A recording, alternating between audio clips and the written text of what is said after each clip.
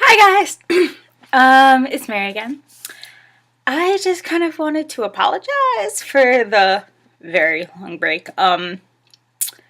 Things have did not go so well these past few months. I have been sick a lot and I was in a huge reading slump. But I'm back and I'm back in my reading game. And I graduated! Yes, I graduated from college this past weekend and I'm so happy. So, out in the real world, which gives me a little less time to read, but so happy that I can finally say goodbye school. Hello real world and hello real job. So, let's get started. So, today's is Land of Stories, The Wishing Spell by Chris Colfer. I love Chris Colfer. He was amazingly, and Glee is still one of my favorite shows. It's been off the air for a little over a year, but it's still amazing. And the reason I kind of bought this was because 2 years ago, I believe, when the third book came out, because this is the first out of upcoming 5. Chris was coming to a signing by a bookstore by me about like half an hour away or something. And you had to buy the third book, which had just come out. So I was like, Mom, I have to go to this. Like, it's Chris Colfer. There's no way I'm not going to this. So, bought the third book, bought the first book, and I finally got the chance to read it. Finally! After so many years, I was like, I'm gonna pick this up after, like, reading The Crown. So, I picked it up. I read it in 3 days, which is a little long for a book of this size for me, but I've been unpacking for college and like there's just been so many things going on in the past few days that I did not get as much a chance to read as I would have. So yes. So what I really kind of admired about this book was I've always loved fairy tales. It's just like one of my favorite things. I love Disney. What I really loved about this book was it's my dream kind of come true. Just like literally fall into a book. Which is what the main characters of this book do. They don't have that great a life right now. Their father died. They lost their house. They had to sell their father's bookstore.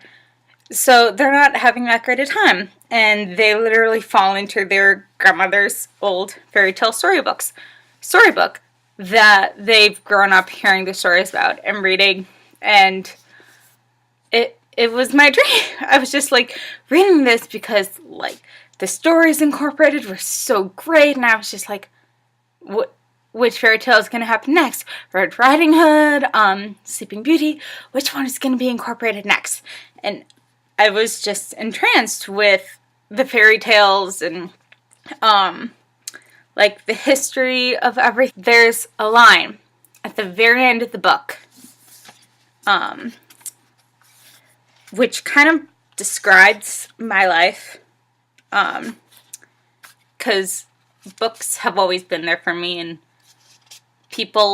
sometimes people haven't. It's like that saying, you find like books were there when you weren't. Books were there when I needed people. Books have always been there. And if you haven't read this book, spoiler alert, just, I'm gonna do this when the, spoiler part is over. So just like mute your computers, like right now. The quote is, "I know this may not make any sense, but thank you for always being there for me." Alex said, "You're the best friends I've ever had."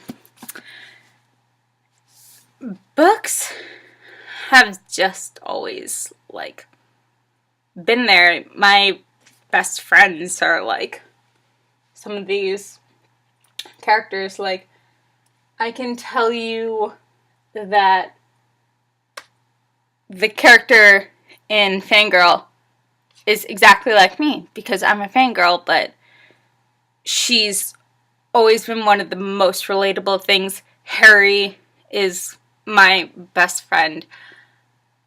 Any person that I've read about that I love is just kind of my best friend.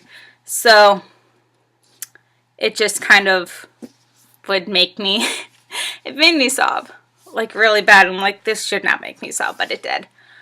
But it just was just, like, one of the most special parts of the book, I felt. Hi! Okay. You unmute your computers. Yay! Okay. I know a book should have parts you don't like. I did not feel that way with the story. And I know that sounds kind of like, no, you should have parts you don't like. But there are books like this one that, to me, have no bad parts. Except for the fact that I'd like the, I would have liked the timing to be, like, said more at the end. Like, how long were they gone? Like, they just expected in weeks. How many days were they gone? I'm one of those people that likes tiny details like that. Like, were they gone 2 weeks? Were they gone 3 weeks? Like, how long were they gone? I would have liked them to say that. But I just think that this is one of the most special books ever, because it describes what I want to do. If it was possible to pick a book and fall into the story, I would, like, love to fall into the world of Harry Potter. I would say Twilight, but I've actually been to Forks, and it's, like, really amazing. Kind of really feel like it's one of the most special books, and I kind of hold it close to my heart, not only because it's a world that I wish things would happen. I wish I could fall into a story, but also because I've loved fairy tales since I was little, and even though these fairy tales written in the book relate to the Hans Christian Andersen version and Brothers Grimm, the stories that are a little more like non-Disney, non-happy ending. Ariel didn't get her prince. She turned into sea foam bubbles because the prince married someone else. Not the Disney, oh, she married Prince Eric, everything is fine. No. It's the little more grim, little more sad.